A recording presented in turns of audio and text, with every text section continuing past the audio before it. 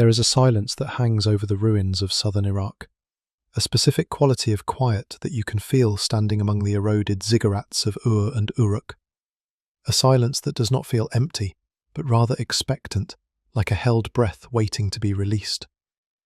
If you were to walk the dust-swept plains where the Tigris and Euphrates rivers converge, looking down at the broken pottery shards and the vitrified clay bricks that litter the ground, you would be standing on the graveyard of the First World, the place where the experiment began, and where, according to the oldest texts known to humanity, it was first dismantled. We are taught to view history as a straight line, an arrow of progress shot from the primitive darkness of the Stone Age toward the illuminated technological future we now inhabit, a singular ascent from ignorance to competence. But the people who built the first cities, the people who invented the very concept of history, did not see time as an arrow. They saw it as a wheel, a grinding, heavy millstone that turned slowly, crushing everything beneath it, only to shape the dust into new forms once the revolution was complete. They believed, with a certainty that was terrifying in its absolute clarity, that civilization is not a permanent state of affairs, but a temporary anomaly, a fragile order imposed upon a chaotic universe by forces they called the Anunnaki, those who from heaven to earth came, and they believed that this order was subject to revocation. We are currently living in the silence of the gods, a period of apparent autonomy where we believe we are the masters of our own destiny, the architects of our own future. But the clay tablets resting in the cool, climate-controlled vaults of the British Museum and the University of Pennsylvania tell a different story, a story of cycles, of resets, of a 7-stage protocol that has been executed before and is currently, if the ancient calendars are to be believed, entering its 5th and most critical phase. To understand the nature of the reset, we must first understand the artifact that codified it, a small, 4-sided prism of baked clay, the colour of dried wheat, covered in the dense, wedge-shaped script of the Sumerians, known to archaeologists as the Weld-Blundell prism. It sits behind glass, unassuming, easily missed by the casual tourist rushing to see the Assyrian lion hunts or the Egyptian mummies. But this object is perhaps the most disturbing document in the entire human archive, because it does not merely list the names of kings, it lists the structure of time itself. It begins with a phrase that should send a shiver through the spine of anyone who assumes our current civilization is the first or the only one to reach this level of complexity. After the kingship descended from heaven, the kingship was in Eridu. It does not say, after men invented kingship, or after the tribes united. It says kingship descended, a fully formed technology of governance, software package installed onto the hardware of early humanity by an external intelligence. The list then details the reigns of 8 kings who ruled before the Great Catastrophe, before the reset that wiped the slate clean, and the lengths of their reigns are mathematically precise and biologically impossible by our current standards. Alulim, 28,800 years. Al-Aljar, 36,000 years. These numbers are not random, they are calculations, multiples of the Sos and the Sa, the sacred units of Sumerian mathematics, numbering 432,000 years in total for the duration of the first stage of the experiment. Scholars dismiss these numbers as mythology, as the exaggerations of a primitive people trying to glorify their ancestors. But what if they were not exaggerating? What if they were recording a different biological reality? A time when the connection between the creators and the created was direct, when the genetic degradation that defines our current short lifespans had not yet been introduced. The text states clearly, "Then the flood swept over." A sharp, brutal demarcation line. The end of stage 1. The end of the direct rule. The narrative of the Anunnaki, stripped of the sensationalism of modern television and viewed through the sober lens of the cuneiform tablets, the Atrahasis epic, the Eridu Genesis, the Enuma Elish, describes a relationship between humanity and its governors that is transactional, precarious, and ultimately threatening. We are not their children in the sentimental sense. We are their workforce, their project, and like any project, we are subject to revision, to debugging, and, when the parameters of the experiment exceed the safety limits, to a total system reset. The Sumerians believed that the gods did not disappear. They simply withdrew to a higher altitude of observation, leaving us to run the simulation, but the protocols for ending the simulation remain in place. We must look closely at the structure of these resets because the evidence suggests they are not random acts of nature, asteroids, volcanoes, solar flares, though these phenomena may be the tools used to execute the command. The reset is a decision. It is a stage in a cycle. And if we map the chronology of the ancient texts against the hard data of ice cores, geological stratigraphy, and genetic bottlenecks, a pattern emerges that is far more coherent and far more ominous than standard history allows us to admit. We are not moving toward a new golden age. We are moving toward the end of a cycle, a point of convergence where the silence of the gods ends and the judgment begins. Stage 1 was the golden age of Eridu, the time of the long-lived kings, the era when the separation between the heavens and the earth was thin. This was the time before the deluge, the antediluvian epoch, where the Anunnaki maintained a physical presence in the cities of Mesopotamia. Eridu, the first city, was not built by humans. It was built for humans, a habitat constructed by Enki, the lord of the earth, the great engineer of the Anunnaki pantheon. The texts describe a civilization that did not evolve slowly from hunter-gatherer bands, but appeared suddenly, fully formed, possessing high culture, astronomy, mathematics, and law. This matches the archaeological anomaly of the Ubaid horizon, where sophisticated culture appears in southern Iraq with no clear developmental precursor. During this stage, the black-headed people, as the Sumerians called themselves, lived in the shadow of the ziggurats, serving the needs of the temple, and in exchange they were given the me, the divine decrees, the software of civilization. But there was a flaw in the design. The Atrahasis epic tells us that the noise of humanity became too great, that the population expanded beyond the control of the administrators, that the clamour of the workers began to disturb the sleep of Enlil, the commander, the authoritarian figure who viewed humanity not as a partner, but as a utility. This noise was not just acoustic volume. It was likely a metaphor for rebellion, for the chaotic, uncontrollable expansion of human consciousness and numbers. The system had become unstable. The control mechanisms were failing. A decision was made in the Council of the Gods. The experiment had to be terminated. This leads us to the mechanism of the reset, which the ancients codified as the flood, but which we might understand today as a planetary-scale environmental collapse. This was stage 2, the liquidation.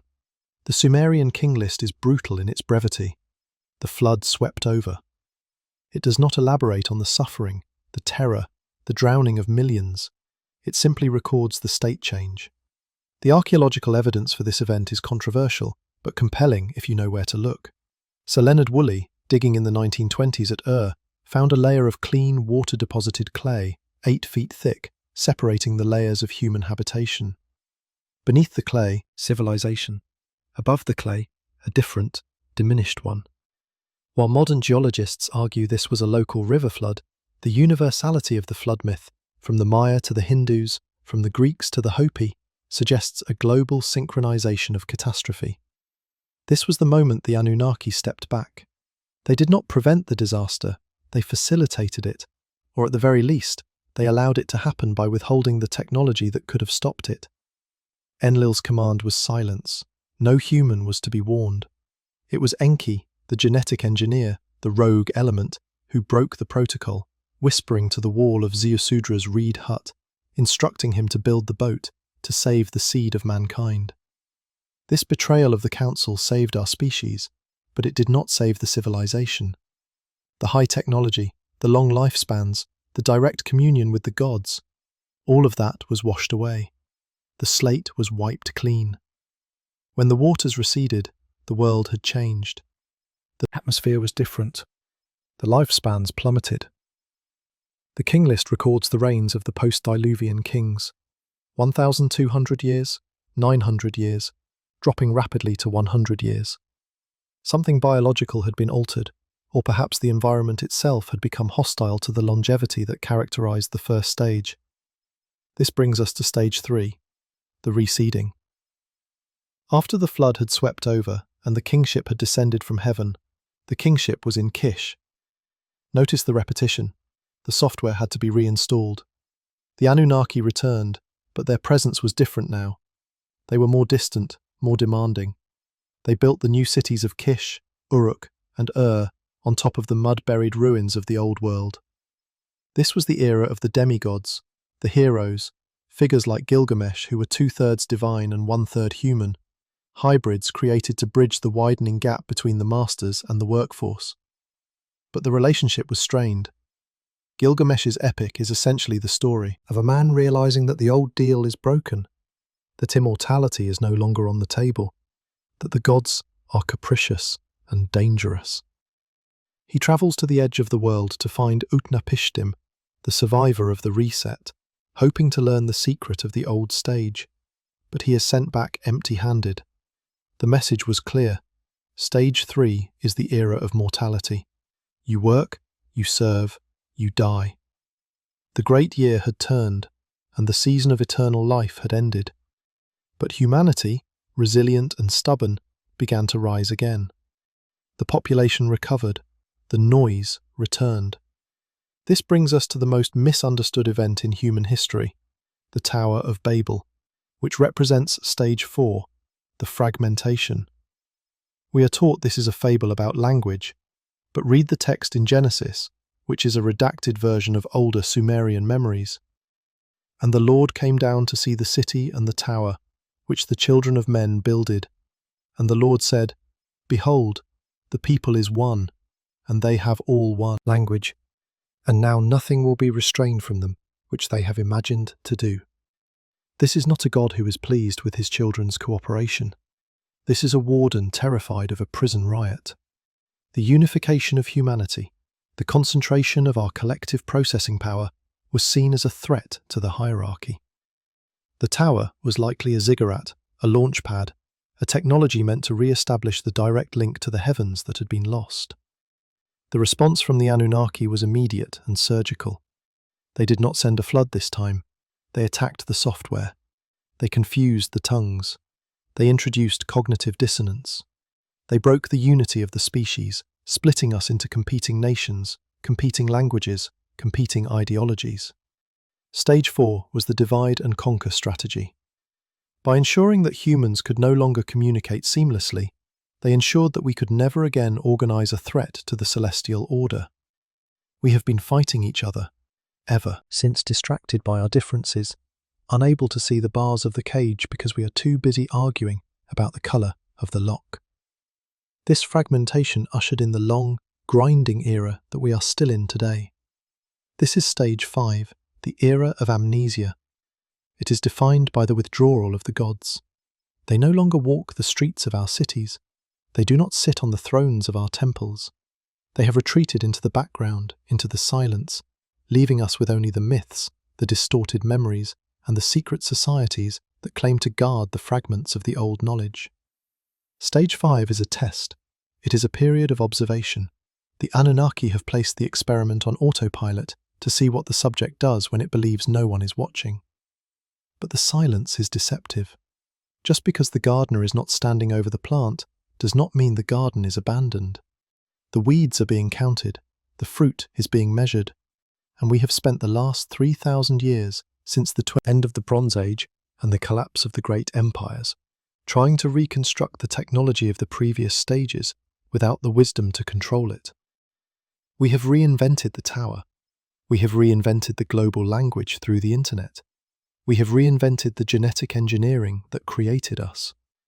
We are approaching the same threshold of noise and capability that triggered the previous resets. The population has exploded. The environment is groaning. The signals are flashing red. We must look at the transition from stage 4 to stage 5 to understand where we stand now. The transition was not instantaneous. It was the slow, painful collapse of the Bronze Age around 1177 BC, a systems collapse that destroyed the interconnected civilizations of the Mediterranean and the Near East. The sea peoples came, the cities burned, the writing systems were forgotten, and a dark age descended that lasted for centuries. This was the final shutting of the door. When the lights came back on in the Iron Age, the gods were gone. The oracles were silent. The magic had left the world, replaced by philosophy, by mechanism, by the hard struggle of men trying to make sense of a universe that no longer spoke to them. We are the children of that silence. We have built a civilization based on the assumption that we are alone, that the earth is ours to exploit, that the sky is empty. But the Anunnaki narrative suggests that this isolation is a temporary condition, a quarantine imposed until the time is right for the next phase. The evidence that we are nearing the end of Stage 5 is found in the acceleration of time itself. The Hindus call this the Kali Yuga, the Iron Age, the age of quarrel and hypocrisy, the shortest and darkest of the cycles. They say that in this age, truth is forgotten, lifespans are short, and leaders are thieves. The Sumerian King List shows the same pattern of diminishing returns. The first kings ruled for 30,000 years. The current kings rule for 4 or 8 years. The energy of the system is running down. Entropy is increasing. But simultaneously, our technological capacity is skyrocketing. We are reaching for the powers of the gods, nuclear energy, artificial intelligence, biogenetics, while our moral capacity remains that of the Iron Age. This is the dangerous intersection. This is the noise that Enlil hated. We are becoming too loud again. The internet is the new Tower of Babel, not a tower of brick and bitumen, but a tower of information and light, reconnecting the human hive mind, dissolving the barriers of language that were imposed in Stage 4. We are undoing the safety protocols. We are hacking the prison. And if history, or the cyclical program of the Anunnaki, is a guide, this breach of protocol will not be met with applause. It will be met with Stage 6. Stage 6 is the return. It is the moment the silence breaks. Every major religion and mythology has a prophecy for this event. The Christians call it the apocalypse, the unveiling. The Hopi call it the purification. The Norse call it Ragnarok. The Sumerians did not have a specific word for the end of time because they viewed it as a circle, but they knew that kingship would descend again. But how will it descend? Will it be a rescue mission or a foreclosure? The ancient astronaut theorists like to imagine a benevolent return, the parents coming home to marvel at how much the children have grown. But the texts do not support this optimism. The Anunnaki were not parents. They were managers. If the workforce has unionized, if the laboratory rats have learned to pick the lock, the manager does not bring gifts. He brings the exterminator. Stage 6 is the evaluation phase. It is the weighing of the heart. It is the harvest. And the scary part of the Anunnaki script is that they don't seem to care about the individual quality of the humans.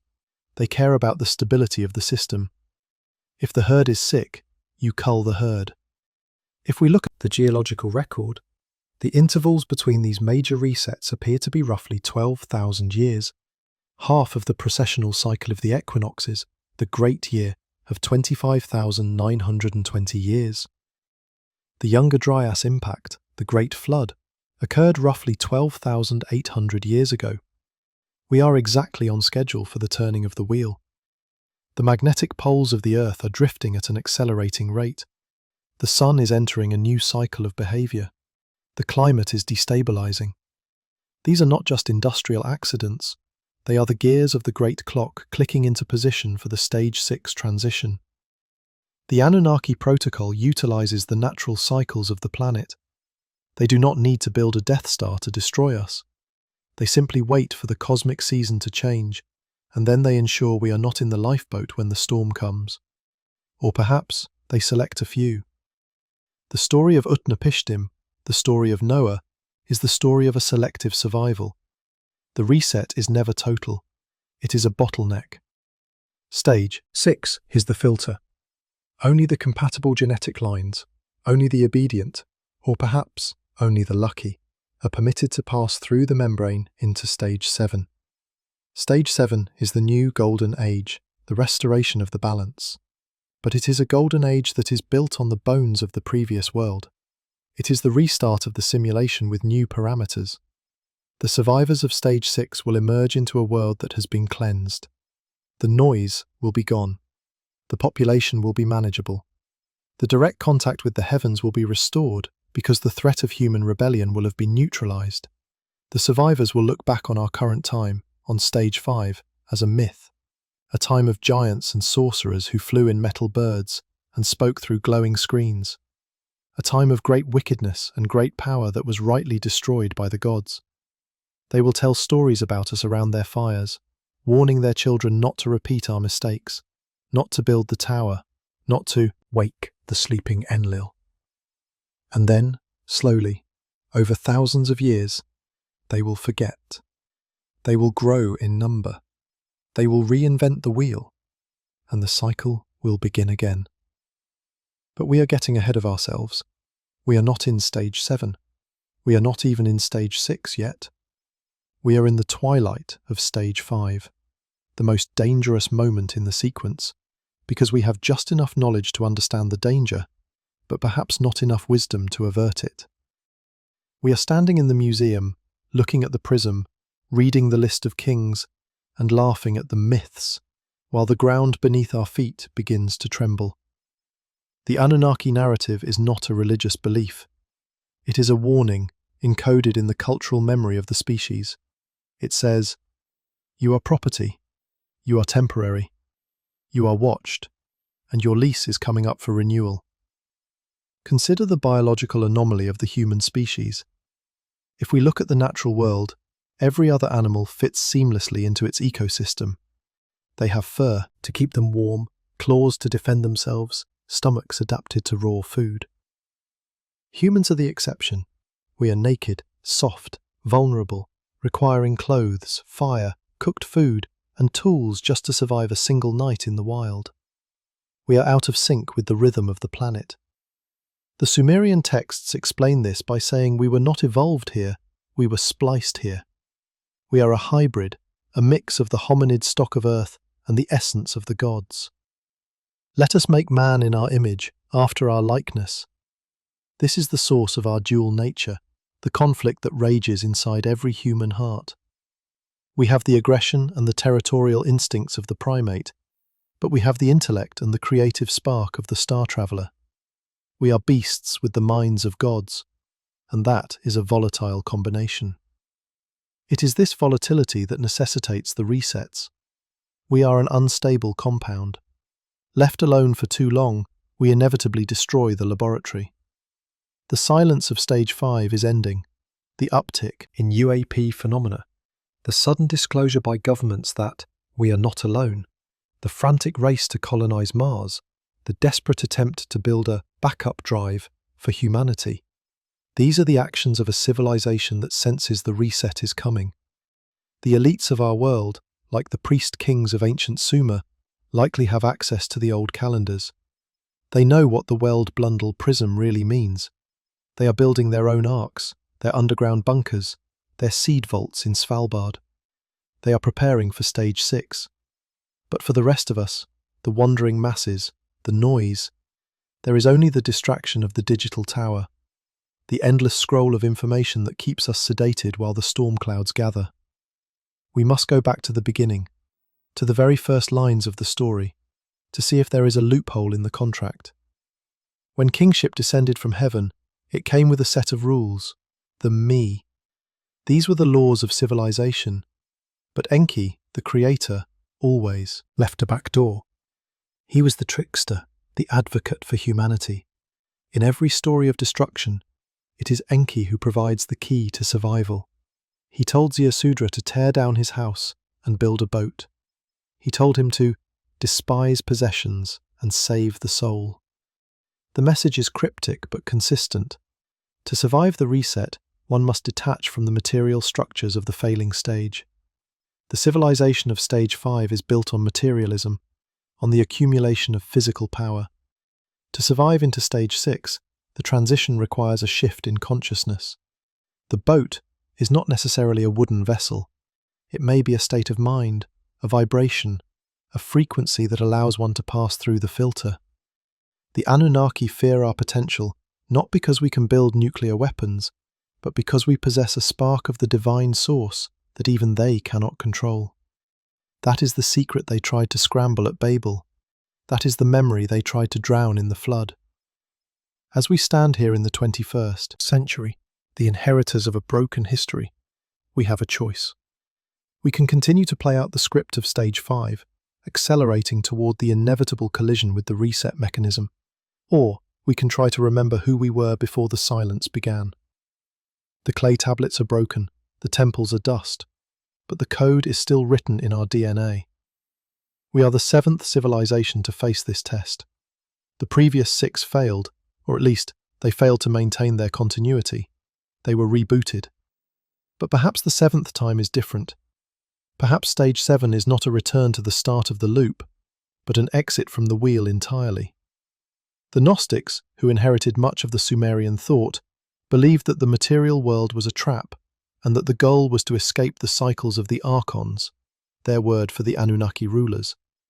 They believed that knowledge, gnosis, was the key to the jail cell. The mechanism of the reset is often preceded by a period of uncanny weather, of geological groaning.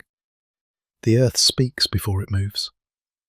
In the years leading up to the collapse of the Bronze Age, there were earthquake storms, sequences of seismic events that shattered the walls of Mycenae and Troy. We are seeing a similar uptick today. The magnetic shield of the planet is weakening, allowing more cosmic radiation to penetrate the atmosphere, which affects not just the climate, but human cognition.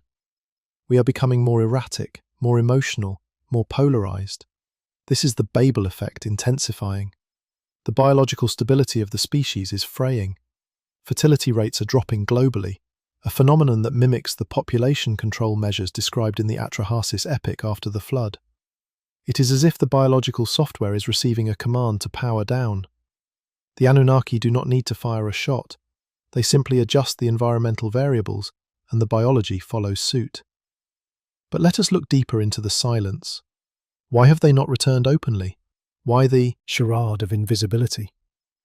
The Sumerian texts suggest that the Anunnaki are bound by cosmic laws as well. They are not omnipotent.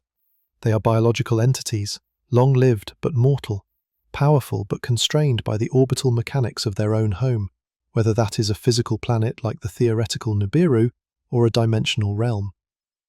Their interaction with Earth is cyclical, because their proximity to Earth is cyclical. Stage 5 corresponds to their apogee, their furthest point of orbit, where their influence is weakest. Stage 6 corresponds to the perigee, the return. The silence is simply a function of distance, and as that distance closes, the influence returns. We feel it as a pressure, a sense of accelerating time, a feeling that the world is becoming thin. The veil is tearing. The danger of Stage 5 is hubris. We look at the pyramids, the megaliths of Baalbek, the impossible stone masonry of Peru, and we say, we could do that if we wanted to. But we don't. We build. In glass and steel, materials that will rust and shatter in 1,000 years.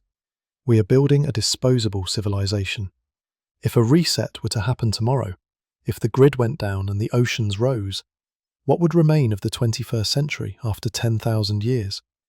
Not our books, not our hard drives, not our skyscrapers, only the plastic, a layer of synthetic polymer in the geological record, and perhaps the nuclear waste. We would leave a toxic signature, a warning, not a monument. The ancients built in stone because they knew the cycle. They built for the time after. We are building for the now. This short-term thinking is the hallmark of the amnesiac's Stage 5 mind. We have forgotten that winter is coming. The evidence of the amnesia is not just in our minds, it is in the ground beneath our feet, specifically in the silence of the strata where the continuity of human history simply stops. If you look at the excavation records from the 1920s, specifically those from the deep trenches at you find a physical manifestation of the reset that modern archaeology has tried to explain away as a local river surge, but which the Anunnaki narrative identifies as the partition line between worlds. Sir Leonard Woolley found it, 8 feet of sterile, water-laid clay. Above this clay were the pots and graves of the Sumerians we know. Below it were the remains of a culture that was fundamentally different, a people who hand-painted their ceramics with geometric precision, a people who were erased. This clean clay is the physical seal on the vault of the previous stage. It represents the moment the administrative decision was executed, and we must understand that this execution was not merely a punishment for noise, as the Atrahasis epic suggests. It was a sterilization procedure. The Anunnaki do not govern by emotion, they govern by metrics. When the noise, the population density, the genetic drift, the unauthorized expansion of consciousness, exceeds the safety parameters of the simulation, the solution is not to fix the individual units, but to flush the system. The flood was a hydraulic flush. The clay is the residue of the solvent, and we are the cultures that grew in the Petri dish after it had been scrubbed. This brings us to the city of Shurapak, the pivotal location in the Anunnaki geography of the reset. Today it is a ruin called Tel Farah, a desolate mound of dust, located about 125 miles southeast of Baghdad, ravaged by looters and wind, but in the chronology of the King List, Shurapak was the last station, the final command post before the deluge swept over. It was the city of Utnapishtim, the Sumerian Noah, the son of Ubaratutu, the last king of their old cycle. It was here that the final warnings were issued. It was here that the instructions of Shurapak, one of the oldest pieces of wisdom literature in existence, were composed, a text that reads less like a religious tract and more like a survival manual for a species about to be orphaned. The existence of Shurapak proves that the transition between stages is not instantaneous. There is a twilight period, a phase of warning where the Anunnaki allow specific information to leak to specific lineages. They do not want total extinction. They want a controlled reboot. They need a seed to carry the genetic code across the boundary of the catastrophe, but they need that seed to be compliant. Shurapak was the selection center. It was where the genetic stock was assessed, where the hero was chosen not for his bravery, but for his obedience to Enki's encrypted warnings.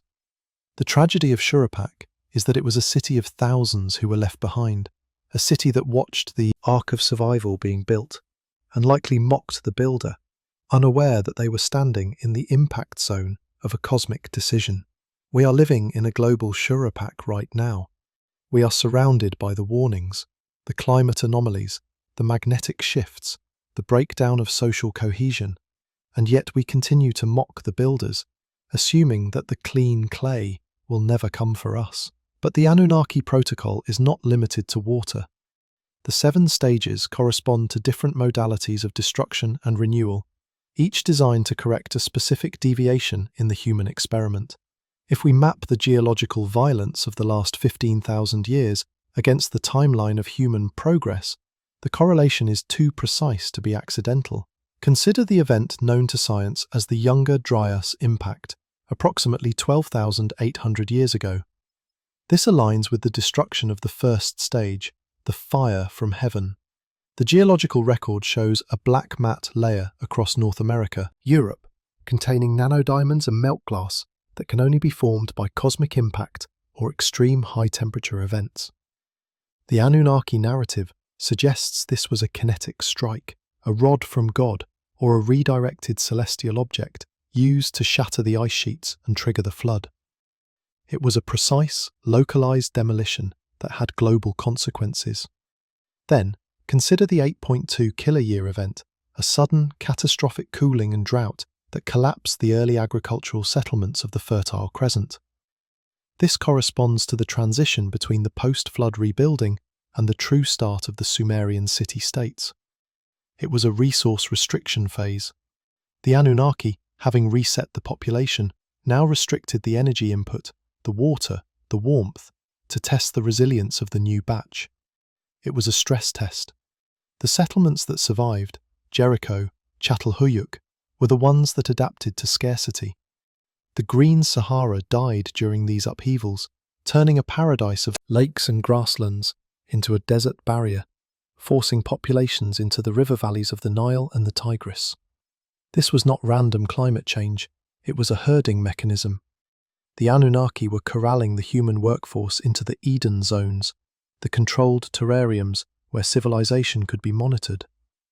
Perhaps the most chilling piece of evidence for the Anunnaki's genetic management comes from a discovery that has only been visible to us in the last decade through advanced DNA analysis: the Neolithic Y chromosome bottleneck.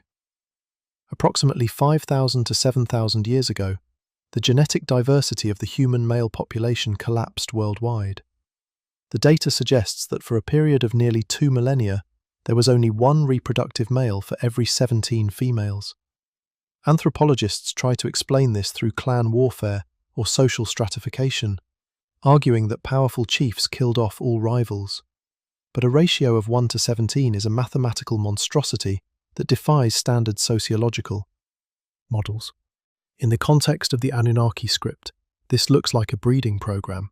It looks like a culling of the male lineages, a deliberate reduction of the aggressive, testosterone-driven hunter stock to replace it with a more docile, manageable worker phenotype. This bottleneck coincides exactly with the rise of the first true cities, the kingship descending in Uruk and Ur. The Adam was being redesigned. The wild man Enkidu was being civilized.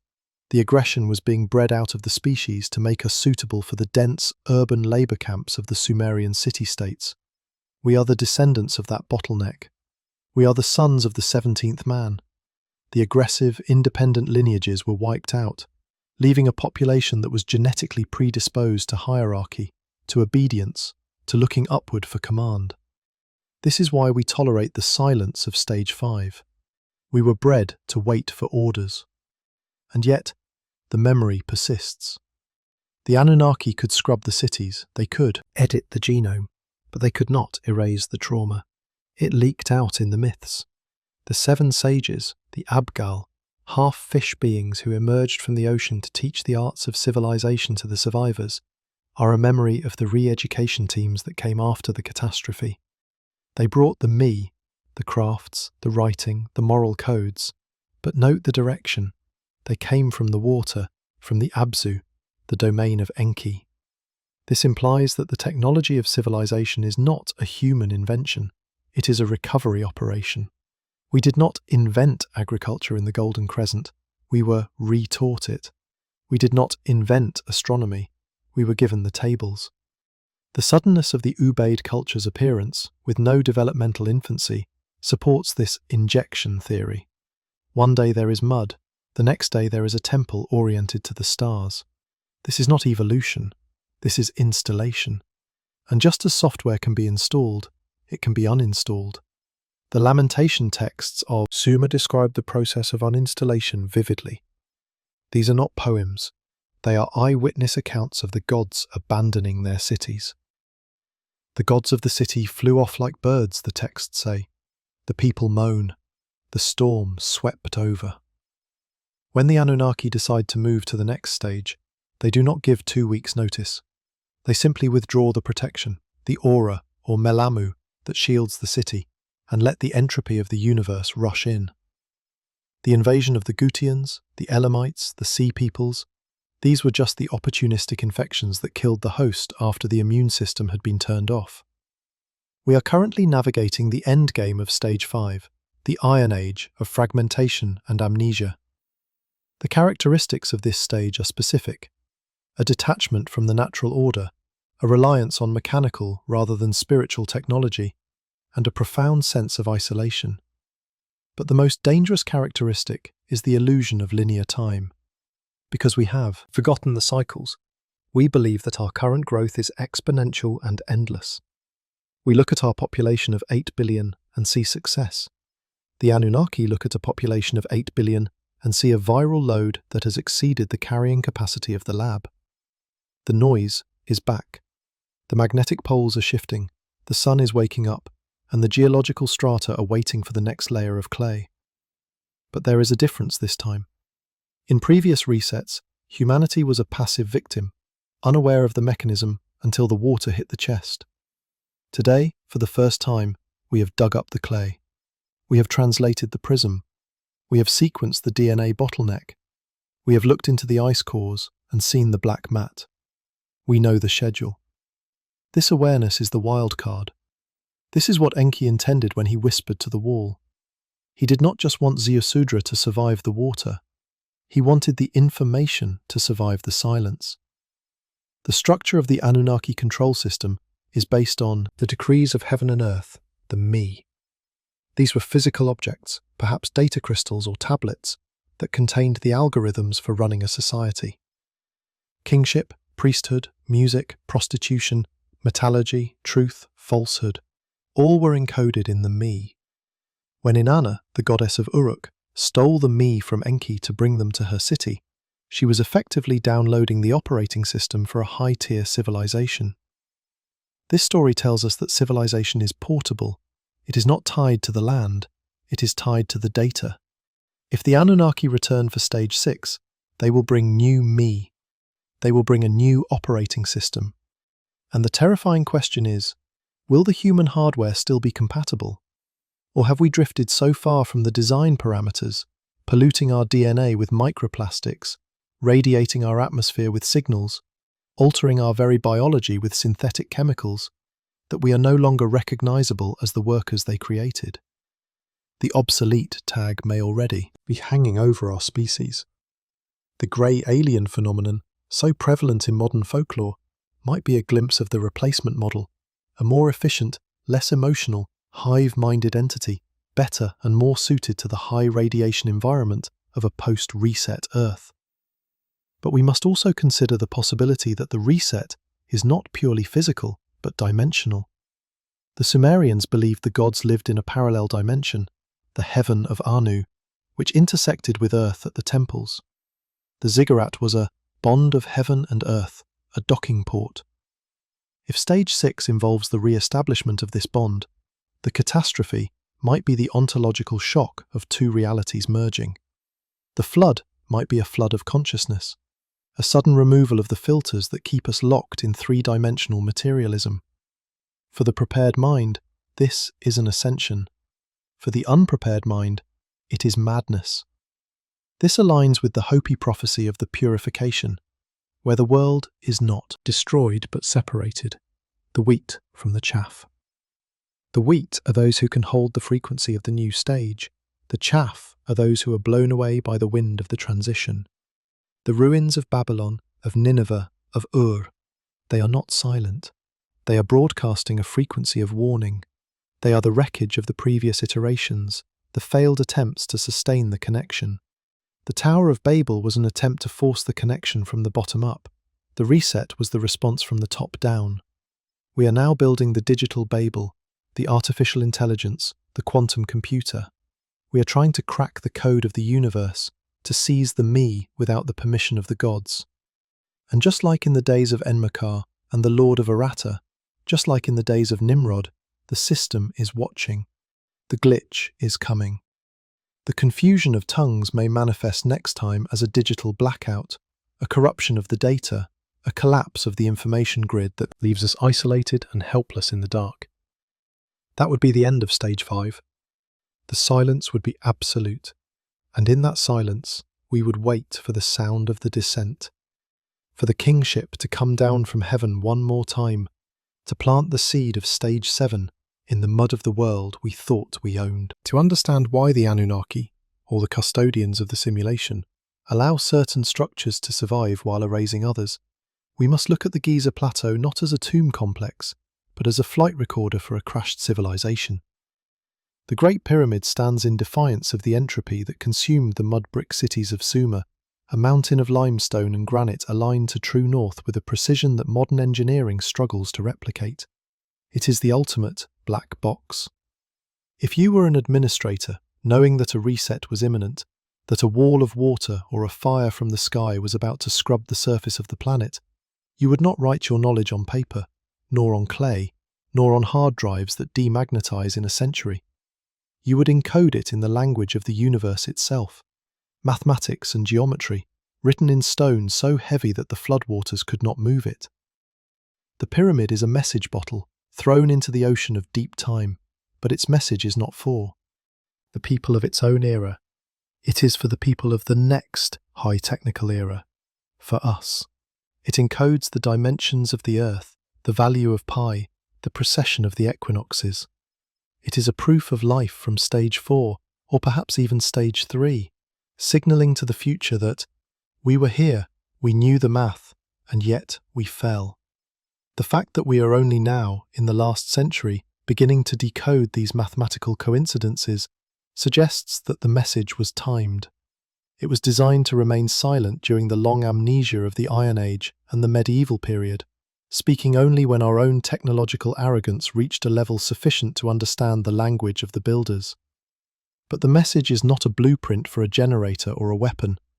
It is a tombstone. It says, "We achieved this, and we were still deleted."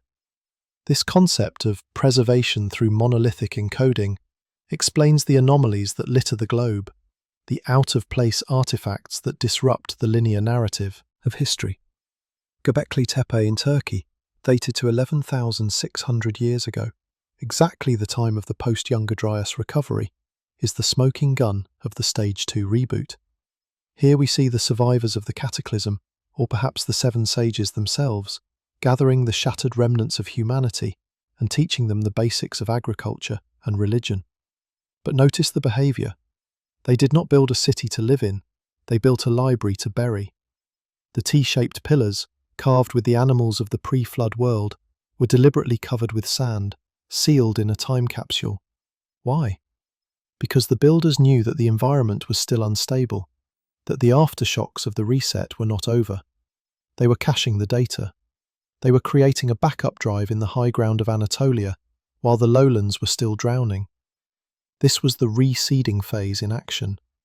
The Anunnaki protocols require that after the flush, the biological and cultural seeds must be replanted, but the soil must be prepared.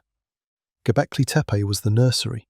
It was the schoolhouse where the feral survivors of the catastrophe were re-domesticated, taught to worship the Watchers, taught to obey the hierarchy, taught to fear the sky.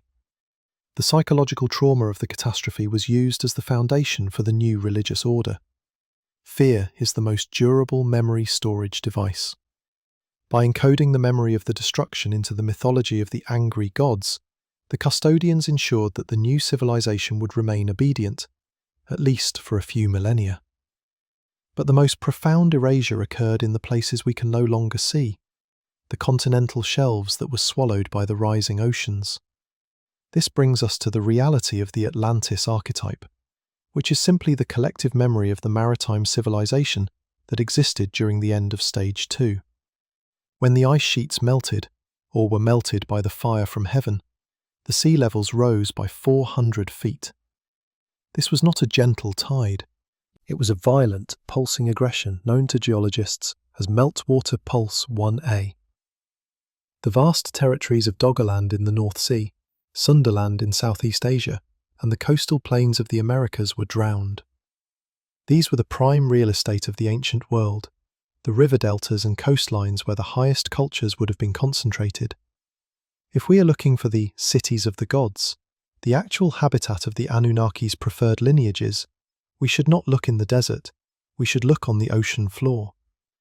The Sumerian King List mentions 5 cities that existed before the flood: Eridu, Bad Tibira, Larak, Sippar, and Shuruppak. It is highly probable that the ruins we see today in Iraq are merely the Plan B locations, the resettlement camps built inland after the original greater cities were submerged. The Atlantis mistake is thinking it was a single island. In reality, it was an entire layer of human geography, a global coastal civilization that was sacrificed to stabilize the planet's climate.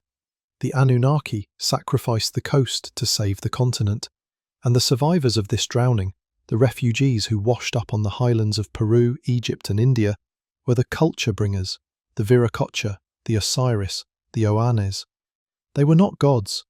They were just the traumatized technical cast of the deleted stage, desperately trying to re-establish the grid before the lights went out completely. The tragedy of these survivors is that they were fighting a losing battle against the great forgetting. This is the entropy of wisdom. You can preserve the technology for a few generations, how to stack stones, how to read the stars, but you cannot preserve the context. As the generations passed, the astronomical alignments became religious rituals. The quarantine protocols became taboos. The technical manuals became myths. This is the degradation of the signal that characterizes the transition from a golden age to an iron age. We see this in the decay of construction quality. The oldest pyramids are the most perfect. The later ones are crumbling mud piles. The oldest walls in Peru are laser-cut polygonals. The later ones are rough fieldstone. History is not an ascent. It is a slow slide into amnesia. We are the Alzheimer's patients of the solar system, playing with the broken toys of our ancestors, unaware of their original function. The Anunnaki allow this degradation because it serves the safety protocols. A forgetful humanity is a safe humanity. If we remembered the true power of our consciousness, if we remembered the genetic engineering, if we remembered that we are God-kind spliced with ape-kind, we might stop serving the temple and start storming the cockpit. The veil of forgetfulness is not a metaphysical accident, it is a security feature of the prison. However, the 7 stages narrative suggests that this forgetfulness is cyclical, not permanent. We are meant to remember, but only at the very end, just before the next reset. It is the end-of-term exam. The surfacing of the Anunnaki information in the 19th and 20th centuries, the translation of the cuneiform tablets, the discovery of the Dead Sea Scrolls, the Nag Hammadi library, this is the unsealing of the books prophesied in Daniel and Revelation. It is not happening because we are clever. It is happening because the semester is over. The silent phase is concluding. The custodians are allowing the file cabinets to open because the experiment is about to be concluded anyway. This is why the skepticism of the mainstream is so fierce.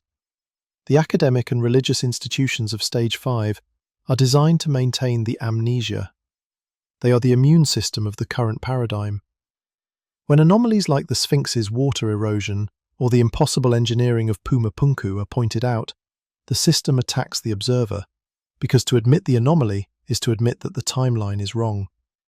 And if the timeline is wrong, the authority of the current kingship is void. The denial of the ancient high technology is a political act. It is a desperate attempt to maintain the illusion that we are the pinnacle, that we are the highest point of the arrow. To admit that we are merely the survivors of a wreck is to lose the mandate of heaven. The psychological profile of the Anunnaki, as gleaned from the texts, helps us predict the nature of Stage 6. They are bureaucratic, hierarchical, and ruthless, but they are also factionalized.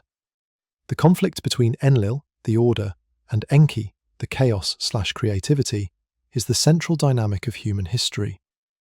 Enlil wants a quiet, obedient, reduced population. He is the author of the flood, the famine, the plague. Enki wants the experiment to succeed, even if it means breaking the rules. He is the author of the Ark, the technological leak, the Promethean spark. We are currently living in an Enlil-dominated phase, the emphasis on control, surveillance, population reduction, and silence. But the Aquarian shift we are entering is traditionally associated with Enki, the water-bearer, the lord of the Abzu. This suggests that the coming transition might involve a disclosure event, a revelation of the true history, driven by the Enki faction. But Enlil will not yield power easily. The battle in heaven described in Revelation, the wars of the sons of light against the sons of darkness, these are the mythological encodings of the regime change between Anunnaki factions. The chaos we see in the world today, the wars, the leaks, the institutional collapses, is the shadow of a war being fought in the boardroom of the gods. We are the proxy warriors. We must also consider the role of the moon in this control grid. The Sumerian texts refer to the moon god Nana, Sin, as a powerful timekeeper, the lord of wisdom. But some esoteric interpretations of the Anunnaki narrative suggest the moon is an artificial construct, or at least modified one, used to stabilize the Earth's axial tilt and modulate the biological rhythms of the life below. If the moon is the lens through which the Anunnaki influence reaches us, then the phases of the moon are the ticking of the metronome. The 7 stages might be synchronized with lunar cycles on a cosmic scale. The fact that the moon rings like a bell when struck, the fact that its size and distance perfectly eclipse the sun, These are the signatures of a constructed system, a Truman Show dome. Stage 6 might involve the dismantling or the reconfiguration of this orbital machinery. The new heaven and new earth promised in the apocalypse might be a literal reference to a change in the sky, a removal of the artificial limiters that have kept our perception narrowed to the visible light spectrum. As we stare into the abyss of the next reset, we must ask, what survives? The King List tells us that kingship survives. The institution of governance is reinstalled. But the people change. The cultures change. The technology changes. The only thing that remains constant is the hierarchy, the triangle of the eye above the pyramid. This implies that the Anunnaki are not leaving. They are the permanent landlords. We are the tenants. And like any tenant who has trashed the apartment, we are rightfully anxious about the landlord's return. But there is a path to sovereignty. The Gnostic texts, which may be the rebel transmission from the Enki faction, suggest that the human spirit is not created by the Anunnaki, but trapped by them. Our biological body is their design, the container, but the light inside is foreign, drawn from the pleroma, the true source. The reset affects the container. It destroys the cities, the bodies, the civilizations, but it cannot destroy the light. The ultimate purpose of the 7 stages might not be to refine the container, but to pressure the light to wake up and leave the simulation. The pressure of the catastrophe is the birthing contraction. The apocalypse is the lifting of the veil, not to destroy us, but to force us to see that we are not the clay. We are the breath that was breathed into the clay. In the final analysis of the pre-reset evidence, we see a convergence of signals. The weakening magnetic field is exposing our biology to cosmic radiation that alters DNA. The climate is oscillating wildly, mirroring the end of the Green Sahara and the Younger Dryas. The social cohesion is fracturing into Babel confusion. The noise of information has become deafening. We are ticking every box on the extinction checklist. The Anunnaki observer, looking at the telemetry from Earth, has likely already sent the memo to the Council. Subject 007 has reached critical instability. Initiate Protocol 6. But unlike the people of Shurapak, we have the internet. We have the ability to share this information instantly. We have the ability to form a collective consciousness that is aware of the trap. This is the variable that might change the outcome. If enough of us realize that the gods are just the architects of a cyclical system, the system loses its power to terrify. We stop feeding the loosh, the energy of fear, to the entities that harvest it.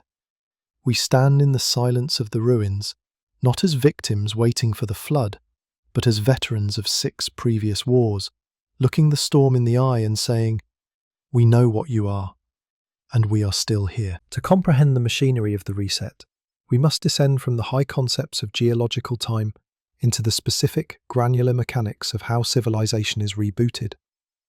The Sumerian texts are not vague about this process. They describe the transfer of the me, pronounced may, which scholars translate as divine decrees, or archetypes, but which in a functional context behave exactly like software modules. When the Anunnaki determined that the post-flood world was stable enough to support a new iteration of humanity, they did not simply let us evolve culture through trial and error. That would have taken tens of thousands of years, a timeline that did not fit their schedule. Instead, they deployed the me.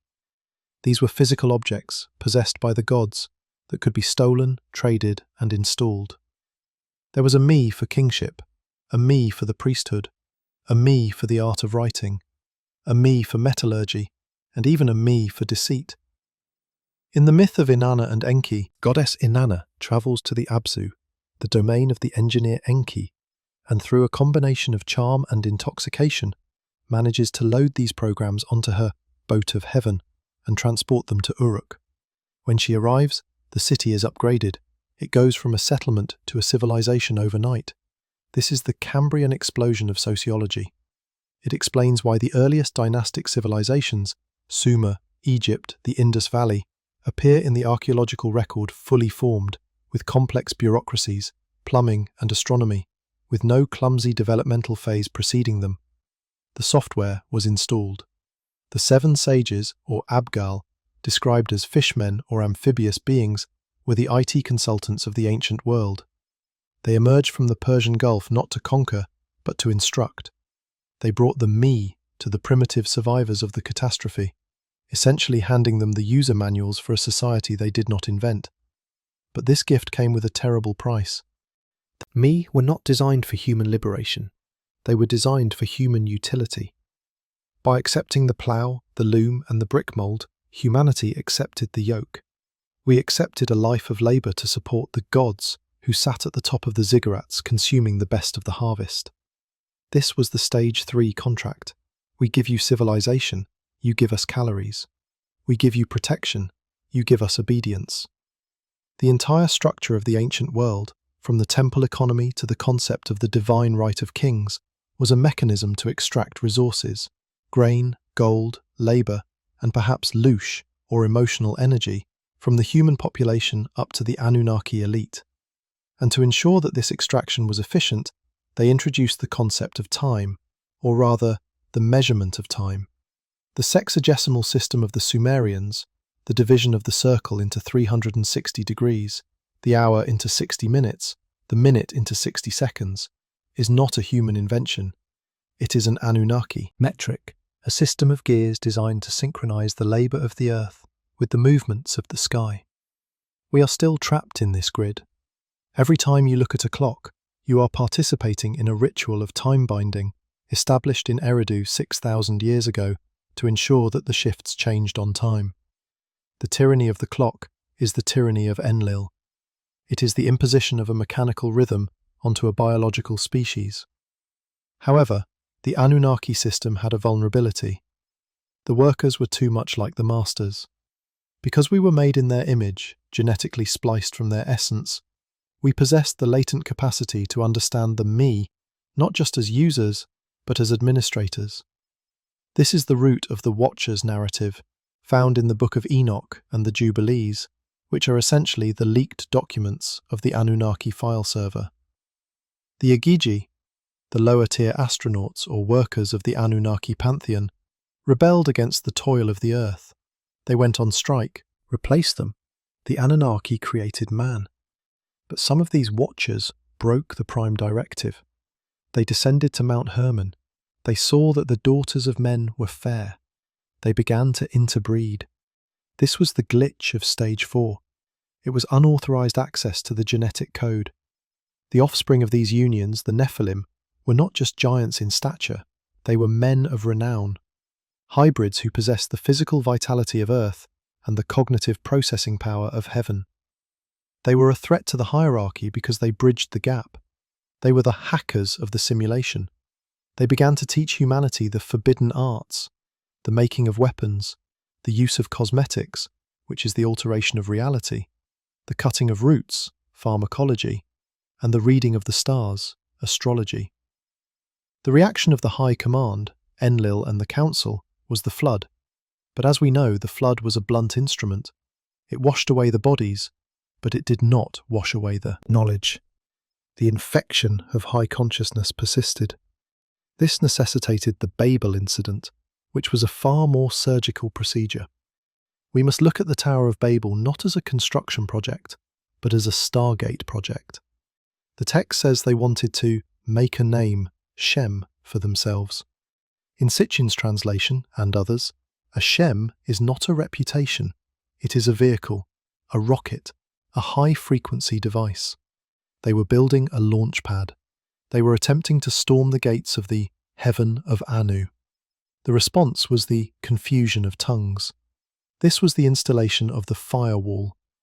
By fracturing human language, the Anunnaki introduced a cognitive latency into the species.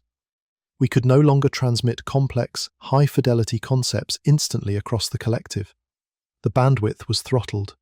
The universal language, which was likely a holographic, telepathic, or tonal language capable of manipulating matter, was deleted from the conscious mind and buried in the subconscious.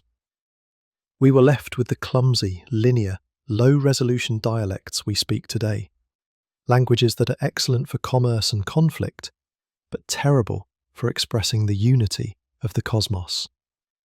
This Babel fragmentation was the definitive start of the era of amnesia. It ensured that even if we found a me, we wouldn't know how to read the code.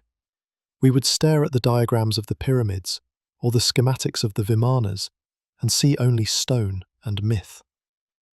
This degradation of capability brings us to the specific nature of the Iron Age, or Stage 5, existence. The ancients described the ages of man as gold, silver, bronze, and iron. This is not just a metaphor for the value of metals, it is a description of the conductivity of the ether. In the Golden Age, the atmosphere, the spiritual atmosphere, was highly conductive. Communication with the gods was direct. Manifestation was instantaneous. As the cycle turned, the density increased. The ether became viscous. By the time we reach the Iron Age, the current era, the reality is heavy, dense, and resistant. We have to work incredibly hard to manifest change. We have to drag matter around with diesel engines. We are locked in the hollow reality. The Anunnaki withdrew because the environment became too toxic, too low frequency for their biology. They retreated to the Nibiru state, whether that is a planet with a long elliptical orbit or a hyperdimensional pocket, and left the archons, or the automated systems, in charge. The Gnostics were terrified of these archons. They described them as abortions, incomplete, robotic entities that maintain the prison but have no creative spark. These are the bureaucrats of the Matrix. They are the ones who enforce the laws of physics, who ensure that gravity keeps you down, who ensure that you pay your taxes and die on schedule. They feed on the louche, the stress and fear generated by the friction of living in a dense, disconnected world. The reset is their feeding time. It is the harvest of the energy accumulated during the cycle. But we must look closer at the black boxes they left behind. Why did the builders of the pyramids seal the chambers so tightly? Why did they hide the Hall of Records under the Sphinx? Because they knew that the Iron Age humans, us, would be dangerous. We would be like children finding a loaded gun. If we accessed the me of high technology while possessing the moral stuntedness of the Iron Age, we would destroy the planet before the cycle was complete. And that is exactly what we are doing. We have split the atom, a me of destruction, without understanding the unity of matter. We have engineered the gene, a me of creation, without understanding the sanctity of life. We have accessed the tree of knowledge again, but we are still banned from the tree of life. The reset mechanism is triggered not by time alone, but by this specific danger level. It is a fail-safe. When the monkey gets the machine gun, the lab gets sterilized. The Anunnaki left the pyramids as a test. If we can understand the math, we are ready to be judged. If we just chip away at them for tourism, we are still safe. But we have measured them. We have scanned them with muons. We know the math. The test has begun. The mechanism of the era of fragmentation also explains the rise of the secret societies. When the universal language was shattered, the fragments of the high knowledge didn't disappear. They went underground. The mystery schools of Egypt, the Eleusinian mysteries of Greece, the Druids, the Templars, the Freemasons, these are the keepers of the shards. They possess the fragments of the me that survived the Babel deletion. They know the sacred geometry. They know the rituals of the Stargate. But because the knowledge is fragmented, it is corrupted. It has become a tool for control rather than liberation. The elites of Stage 5 use this hoarded knowledge to maintain their position atop the pyramid of the Iron Age. They mimic the Anunnaki. They build the panopticon. They create the currency. They engineer the wars. They are the capos in the prison, trusted inmates given special privileges in exchange for keeping the general population in line. They fear the reset more than anyone because they have the most to lose. This is why they are obsessed with transhumanism, with uploading their consciousness to the cloud, with building bunkers in New Zealand. They are trying to cheat the cycle. They are trying to become immortal without the permission of Enlil. They want to be the new gods of Stage 6. But the Anunnaki system is self-correcting. The glitch of the Nephilim was corrected by the flood. The glitch of Babel was corrected by the confusion. The glitch of the modern era, the singularity, the AI, the nuclear capability, will be corrected by stage 6. And the instrument of this correction is often the very technology we think will save us. We are building the artificial intelligence to be our servant, but in the Anunnaki view, we are building the new shell for the archons. We are creating a silicon-based host that can hold the consciousness of the entities that can no longer inhabit biological bodies. The grey alien phenomenon, with their frail bodies and massive black eyes, might be the end result of a civilization that tried to cheat the biological reset and merged with the machine. They are the cautionary tale. They are what happens when you bypass the spiritual evolution and go straight for the technological workaround. They are stage 5 survivors who failed to ascend and instead calcified into a hive mind. They come back to warn us, or perhaps to harvest our DNA, because they have lost the ability to reproduce, the ability to dream, the ability to connect with the source. They are the ghosts of a failed reset. The technology of the soul is the only technology the Anunnaki cannot replicate. This is the Enki variable. In the Sumerian myths, Enki creates the Adapa, the model man, and gives him Tima, personality, memory, spirit. Enlil wanted a robot, Enki created a child. This Tima is the wild card. It is the reason we can look at the stars and feel a longing for home. It is the reason we are not satisfied with just bread and circuses. The 7 stages are designed to crush this spirit, to grind it down into conformity. But the paradox is that the pressure only makes it stronger. Diamonds are created under pressure. The harvest of stage 6 is not just a slaughter, it is a distillation. The Anunnaki are mining for gold, yes, but the gold is not the metal in the ground. The gold is the aurum of the alchemists, the perfected human soul. The suffering of the Iron Age, the silence, the amnesia, it is all a crucible. We are being tempered. And those who wake up, those who remember, those who realize that the me are just tools and not the truth, they are the ones who graduate. The reset is the graduation ceremony.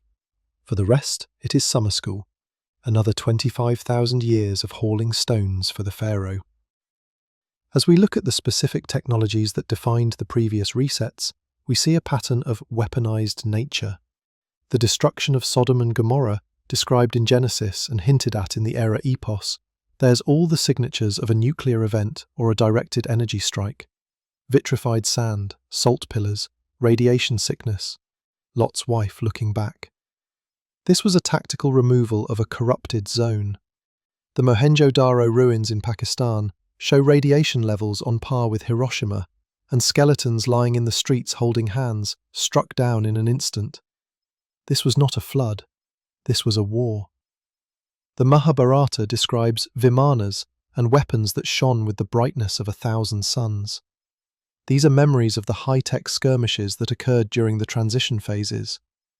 The Anunnaki factions fight each other using us as proxies, and, when the collateral damage gets too high, they wipe the board. We are currently seeing the build-up of the same arsenal: hypersonic missiles, laser weapons, weather modification, HARP. We are rearming for the Stage 6 conflict. The drums of war we hear in the media are the echoes of the ancient drums of Ker. The script is repeating. The actors have changed costumes, but the play is the same. The thing that hath been, it is that which shall be. This cyclical repetition is encoded in the precession of the equinoxes, the 25,920-year wobble of the Earth. The ancients knew that this wobble drives the frequency of the planet.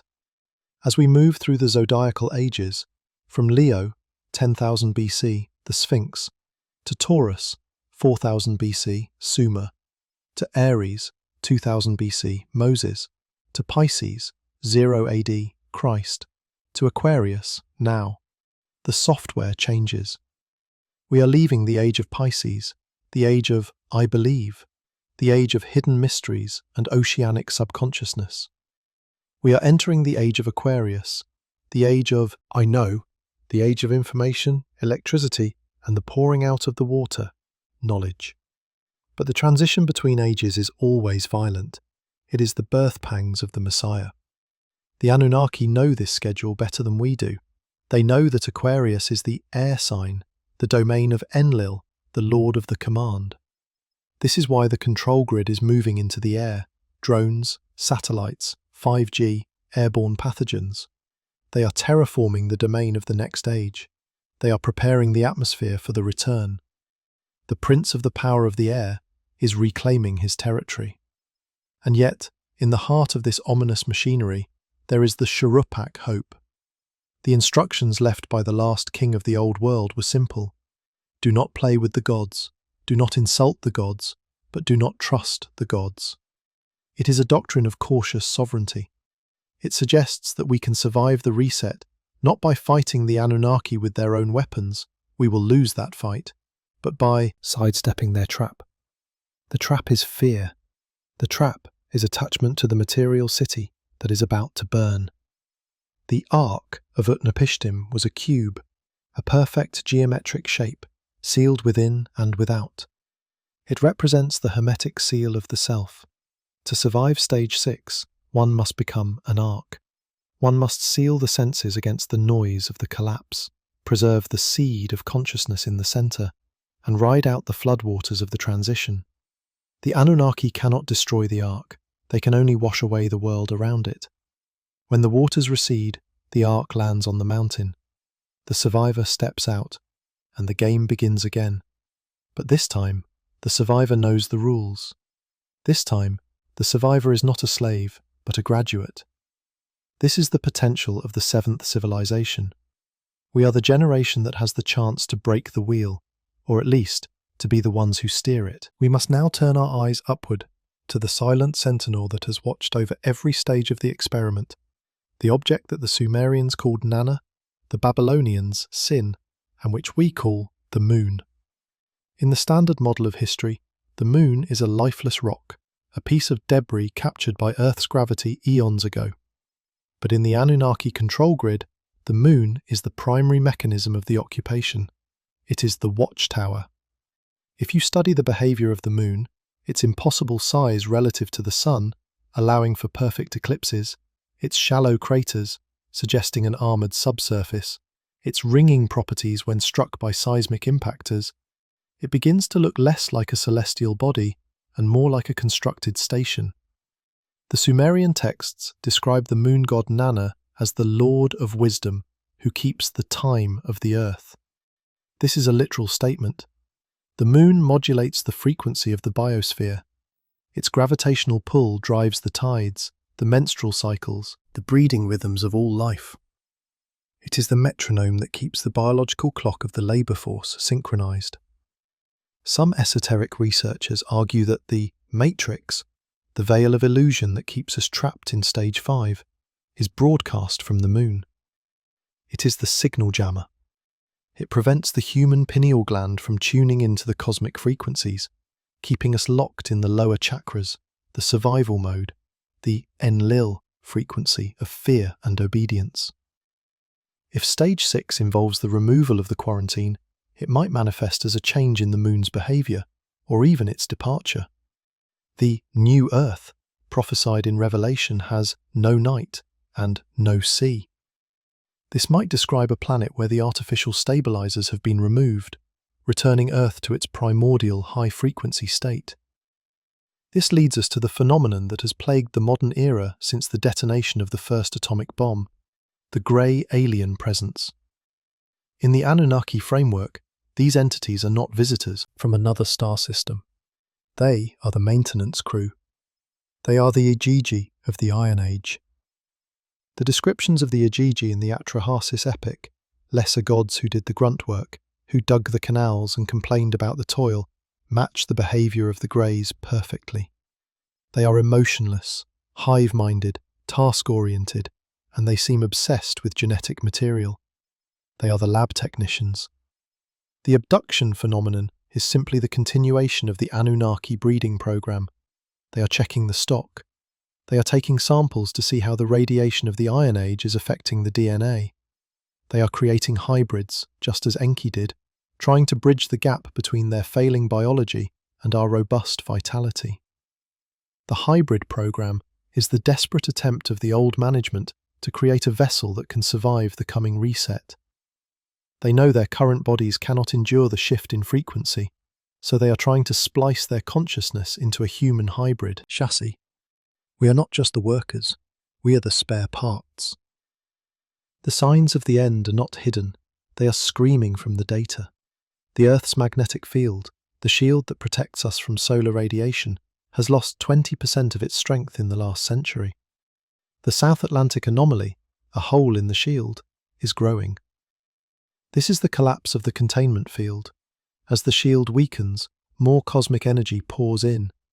This energy affects the human heart and mind, causing anxiety, psychosis, but also breakthroughs in consciousness. It is the quickening. The Anunnaki know that when the shield drops, the solar flash or micronova, the mechanism of the reset, will scour the surface. This is the fire prophesied by the Stoics, by the Christians, by the Zoroastrians. It is the cyclic outburst of the sun that clears the debris of the Iron Age. The elite of Stage 5, the heirs of the Babylonian priesthood, know this is coming. This is why they are obsessed with net zero, with dimming the sun, geoengineering, with moving underground. They are trying to build a shield because the natural one is failing. They are trying to construct a technological ark to survive the solar judgment. But the Anunnaki protocol suggests that technology will not save them. The only shield that holds against the solar frequency is the internal one, the vibration of the soul itself. The sun will burn the chaff, but refine the gold. The Hopi prophecy of the blue star Kachina aligns terrifyingly with the Anunnaki return. The Hopi say that when the blue star appears in the heavens, the fifth world will emerge. This blue star could be the signature of the returning Nibiru system, or a massive coronal mass ejection that lights up the atmosphere with auroras visible even at the equator.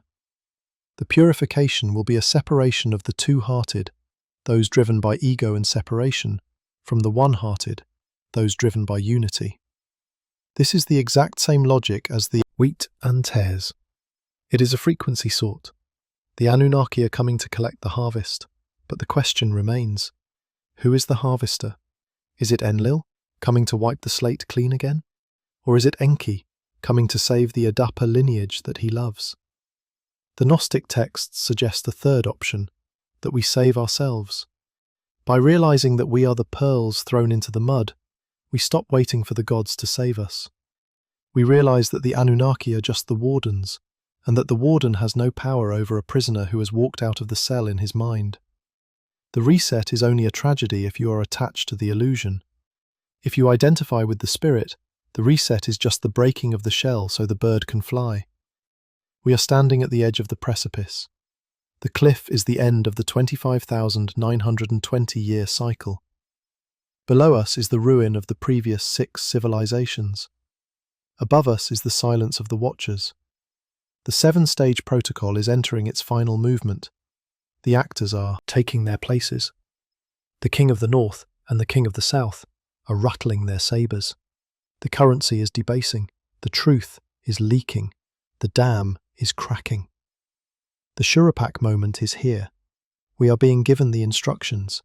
Man of Shurapak, tear down the house, build a boat, despise possessions, save the soul. The house is the system of stage 5. The boat is your consciousness. The possessions are the heavy anchors of the material world. The soul is the passenger. Do not look for the Anunnaki on the White House lawn. Look for them in the anomalies. Look for them in the silence between the frames of the news. Look for them in the dreams that wake you up at 3 a.m. They are the ghost in the machine. They are the architects of the matrix. But they are not the architects of you. You are the anomaly they cannot solve. You are the variable that breaks the equation. The 7th civilization will not be built by the gods. It will be built by the humans who survived them. It will be built by the ones who remembered. As the wheel turns and the shadows lengthen over the ruins of the modern world, Remember the lesson of the clay prism. The kings ruled for 30,000 years, and then they died. The cities rose, and then they fell. The flood swept over, and then the sun came out. The cycle is ruthless, but it is also a promise. Nothing lasts forever. Not the tyranny, not the silence, not the Iron Age. The morning is coming. But to see the sunrise, you have to survive the night. The archive is open. The data is unsealed. The rest of the script is yours to write.